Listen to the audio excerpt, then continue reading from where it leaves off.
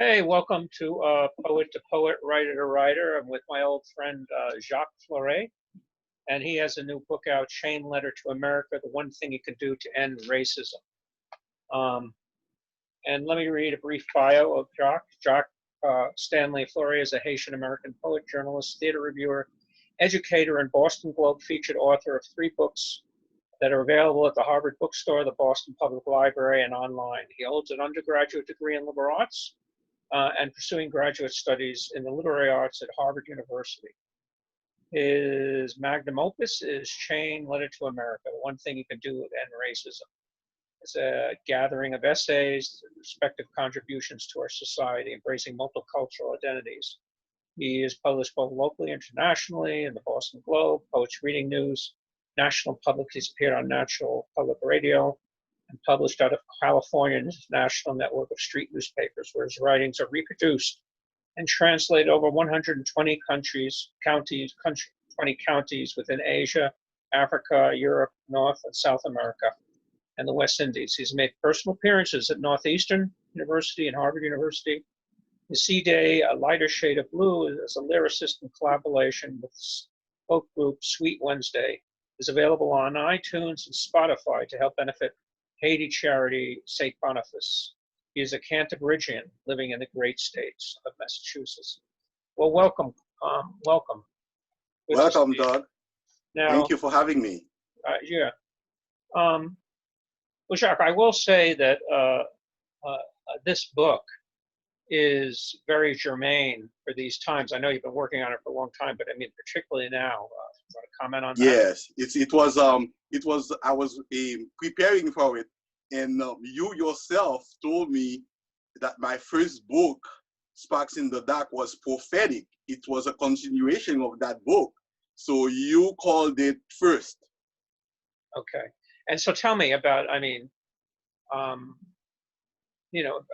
have you been getting a lot of responses about it now with what the situation is and all that? Oh, yes. I have had been receiving a lot of online and social media responses. I have had public face-to-face responses. People have quickly purchased the book without hesitation.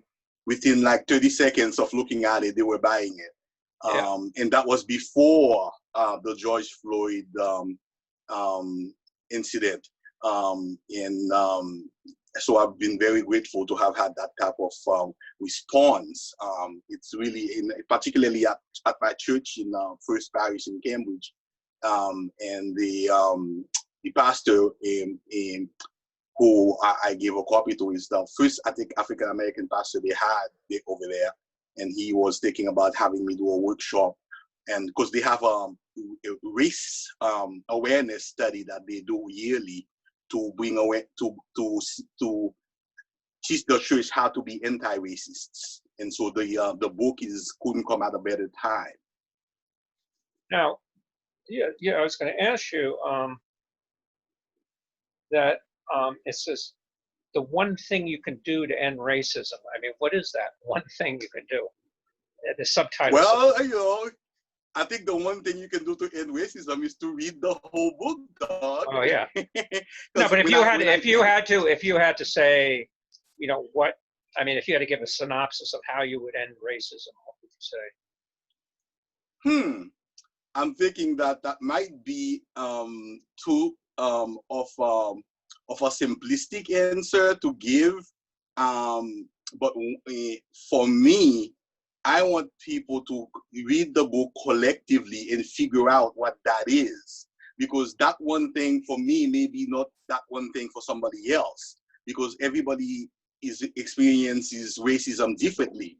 But for me, I would say the one thing you can do is to have a conversation like me and you are having now, and that is the one thing I think practically that we can do to see how both of us experience racism. Because I experienced racism, from in my own life, because I've been I think that we are all inherently racist because of the fact that the country was founded on the destruction and displacement of the Native Americans and the abduction and enslavement of African Americans. As a And civil so rights, as a civil rights lawyer just told me the other day, he says we're all victims of the racist culture. Yeah, it's part of the air that we all breathe. You know, saying that me and you, I don't have any racist feelings. It's like saying, you know, I swim in the ocean, but I didn't get wet. You know, and so I think that as I was writing the book, I realized like, wow, I have racist feelings too. And I know that a lot of people in the Black community, even in Haiti, you know, racism existed because of the caste system of the mulattoes versus the dark-skinned Blacks. Because after the French left, you know, you had a bunch of mulattoes, and they became the ones in power because they were lighter skinned. They were more of descendants of the French that were that occupied. And so let me ask you a question. This day. Yeah. Let me ask you a question. Have you experienced racism between Haitian Americans and Native African Americans? Oh my God, dog. How did you know that to ask that question? Because that's exactly what I experienced in high school. Oh, really? I went to Boston English High School, and I never understood what was happening because the native-born American kids were vehemently against the Haitian kids or Caribbean kids per se, and the principal had to have huge auditorium meetings to talk about it, and they used to follow each other to each other's houses and stone each other's houses and all of that. And I wasn't understanding what was going on between the Black American kids and the Haitian American kids. And it turns out that, you know, a lot of the negative media that was surrounding Haiti around that time, and they have been taught so little of the Haiti's iconoclastic history as the first free a Black state in the world. Like, they were the first to win the war against slavery and incited the slavery insurgencies in America. And had it not been for the win of the Haitian people, Napoleon would have never sold the Louisiana Purchase would have never happened. That expanded America's West in $150 million in reparations was charged to Haiti, and America joined the French to make them pay $150 million in reparations, plus the adulation of the international community, all have which to combine to put Haiti in the dire situation that it is now. But the Haitian kids, none of them knew that. In fact, the money that France lent to America for the American Revolution came from the island of Haiti, because they were put 70% of the French economy was coming from Haiti, which explains. You're saying that Haiti got short rift in the American history. Of course, and none of us know that. You know, the American in plus, you have Haitians that fought in the American Revolution just before the own revolution, and they are memorialized in Savannah, Georgia, for that finally in 2000. And no one knew that Haitians fought in the American Revolution. I mean, I didn't know. That wasn't something I was taught I took history class, both African American history and American history, and none of them mentioned that. And so none of the Haitians knew that. So all they saw was what was being shown in the news, and they became ashamed. You know, Haiti is just identified as the Western countries, the poorest countries in the Western Hemisphere. But it's so much more than that. And the only reason Haiti has been shortchanged is in the news is the, you know, American news media agenda to portray countries that have been revolutionary in a bad light. And so none of the Haitians knew that.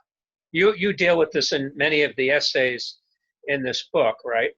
Yes. And a lot of them were published in various journals. It seemed also that there was a lot of literary stuff. It seemed that they might have been essays that you wrote for college as well, or am I wrong? Yes. Mm-hmm. Yeah. Now, I was going to ask you. You know, it's always a teacher that. If you have a good teacher, they can just send you. I know if I had a good teacher who encouraged me and things like that, mm-hmm. It's wonderful. And you did, after having a sort of a dud of a teacher, you were writing one of your essays, you had a good teacher in teaching Black history and that sort of spurred you on. Maybe you can talk about that. Yes. Oh, the teacher that I had in high school that taught me Black history. Yeah. Yeah, she was the one who introduced me to to Booker T. Washington and W.E.B. Du Bois. And as it turns out, you know, before Martin Luther King, they were the presidents and the inspiration that came after before Martin Luther King, and they started the civil rights movement right after the Civil War. You know, which W.E.B. Du Bois, as you know, started the NAACP, the National Alliance for the Advancement of Colored People, and in Booker T. Washington's, you know, was an advocate for training for blacks, but he wanted them to stay in their place. But W.E.B. Du Bois was Harvard first. As a matter of fact, W.E.B. Du Bois is Haitian American first and foremost. That's something that I didn't know. He's Haitian American. His father is Haitian, and his mother was white, and so I think his mother was biracial, so to speak. And he is the first Haitian American to graduate with a doctorate from Harvard in 1890, I believe. And he advocated for the liberation of blacks, period. He wanted to hold America's feet to the fire and say, you know, your constitution says equal opportunity, you know, for all. Everybody is entitled to freedom and economic prosperity. And so we're not going to get shortchanged and be second best. And you know, we're going to be equal citizens, period. But versus, So you learned this in the Black Studies class, and yes, yeah, not the American Studies class, right? Because the American Studies was sort of I think you brought out Howard Zinn and that the People's History. That was a big influence on you. Yes, Howard Zinn was the professor of my professor at Boston University. Okay, so you got your undergraduate degree at Boston University? Yes, and then I pursued further in Tufts in a graduate program for family development, a one-year graduate program at Tufts University, and now I'm pursuing literary studies by taking graduate courses at Harvard University online, and all of which is really helping me to tie up everything I've learned so far in terms of like my education. But the fact that Howard Zinn was the professor of my professor really inspired me, because she was the one who brought that up to me, to read a people's history. That was part of my curriculum, to people's history of the United States and Lies My Teacher Told Me. Both books were very integral to my education, and I decided to particularly use Howard Zinn because Howard Zinn was a strong advocate of special news. His picture was hanging in the special news office, and he said, read special news because independent newspapers tend to tell the truth because they don't have the corporate bosses hanging over their heads as far as like, you know, big newspapers like, you know, other you know. So you know, all I know is So I know in your essays, you also talk about the role of capitalism and how African American people, Haitian people are commodified. Could you talk a bit about that? Yes, and as far as that goes, is the whole idea that, you know, slavery brought the whole idea of black commodification by having slaves on the auction block, and so we became property right from the beginning. And so when slavery was over, that kind of mentality was left a legacy of black commodifications. Like when you see it in various forms of entertainment, and it's always like, how can we profit? And you see it in the black exploitation films in the 70s, you know, with blacks with afros and talking jive and Negro dialect, so to speak, in TV shows like Good Times and, you know, What's Happening, and all of these shows were perpetrating the stereotypes and just enjoying Let me ask you a question. the wealth that was coming from that. Do you remember All in the Family with Archie Bunker? That's one of the shows that I saw. No, but in a way, he was making the guy who was racist, Archie Bunker, look like an idiot. But of course, All in the Family was different in that way. Yeah. All in the Family was different in that way because they wanted to show how ridiculous it is to be racist, and they use him as a mouthpiece to do it. But some members of the white community adopted it as, oh, see, we're right. Archie Bunker is right. We're with Archie. Some took to it as Yeah, like yeah, that's right. as real, and some took to it as like, oh my God, this is an embarrassment. Is that what racism looks like? I don't want to be that. You're right. But Now, well, go ahead. I'm sorry.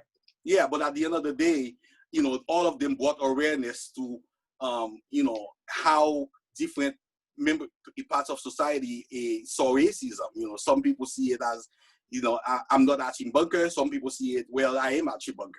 Now, a lot of people are now saying, white people are saying, I apologize for my privilege, my privilege. I mean, do you think that's appropriate? What do you think about people who are saying that? Apologize for my privilege. I apologize for my white privilege. Oh yeah, I just had somebody did that to me in an email, and yeah. I felt uneasy with that, because who are you to apologize for, you know, the history of humanity? Yeah.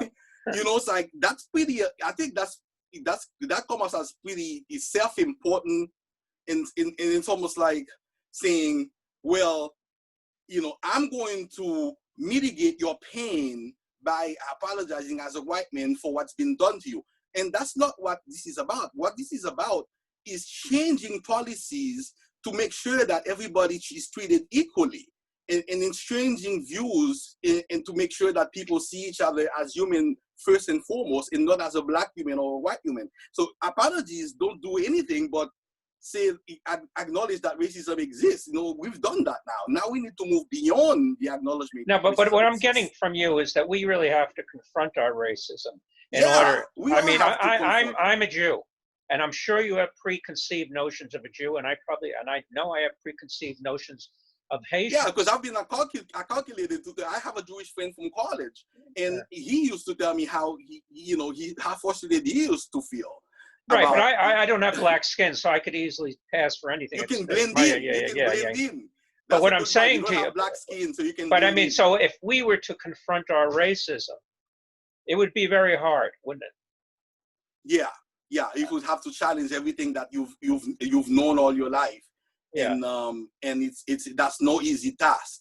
So people would rather apologize than confront their own racism, and so I think it's better for people to acknowledge. I mean, their intention is very good. I think it's very yes, but it's you think it's misguided. I'm not saying anything. At the end of the day, it's a very superficial act. You know, it's just like a lot of people have Black Lives Matter signs on their windows. But the better thing to do is to get out there and try to get policies changed that affects blacks negatively. You know, try to have a conversation with your black neighbor and just listen. Don't judge. Don't give your opinion. Just listen to what they have to say, because a lot of white people are saying that they don't know the black experience. Even somebody as famous as Ellen, her show is under attack because a lot of blacks have been complaining that her show has created an atmosphere of hostility. And she herself has said that as a white woman, she doesn't know the black experience. And now she is having conversations. She's facing, her own internal racism by having conversations with black people about the black experience. Now let me ask you a question. That's what we need to do. Let me ask you a question. There are great literary works like Huckleberry Friend that use the N-word. And I remember years ago at Harvard,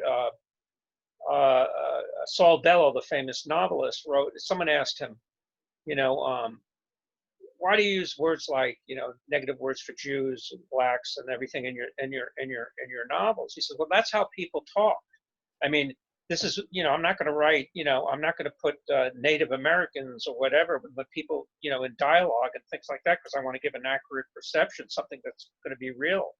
What do you think about that? Should everything be, should all the N words and Huckleberry Friend be taken out? Should they be sanitized? No. I mean, I think it's important to maintain the history of the country in order for us to know where we came from, in order for us to move to a better place.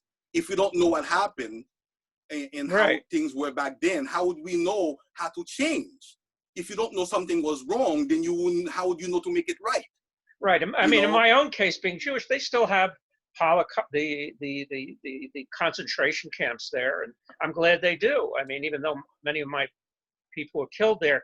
I want a reminder. They have it I want a where? reminder. I want a reminder. Where do they still have it? Where did you say They have still it? have they still have concentration camps open to like museums Okay, in yeah, Germany. Auschwitz, for example. Yeah, yeah, At yeah. Auschwitz, for example, Right. I've seen people go in there and visit. And even Schindler's List, they've gone to Schindler's List house, Schindler's house to visit, all the name of the people on the walls over there in Poland, to honor all the people that he saved by But I hiding them mean, in his. here I am, a white guy, and I conduct my business every day, but I don't have that many African. I have some African American friends, but few, and so how am I supposed to? I'm not going to go up to someone and just start talking. How do you feel? I mean, it's ridiculous. I'm not going to go up to a black man in the street. But I mean, how would I conduct myself in a less racist way, assuming that I am being racist unknowingly? How would you just say that? How would you be? I mean, I don't know if I'm unconsciously doing it. I teach. Maybe I don't. Maybe I concentrate too much on white, on authors, and haven't get enough riff to, people like James Baldwin and other great African American. Toni Morrison, Toni Morrison. Maya Angelou. Right. Now let me ask you a question. You're at Harvard now, right? Study world history. I'm studying the Epic of Gilgamesh and the 1001 Nights and the Tale of the Genji. So let me ask you a question. I know you're going to school online. Do you feel any racism at Harvard? Not so far. I mean, the students, we go back and forth. We students support each other. There's a forum where students help each other do homework on the forum page.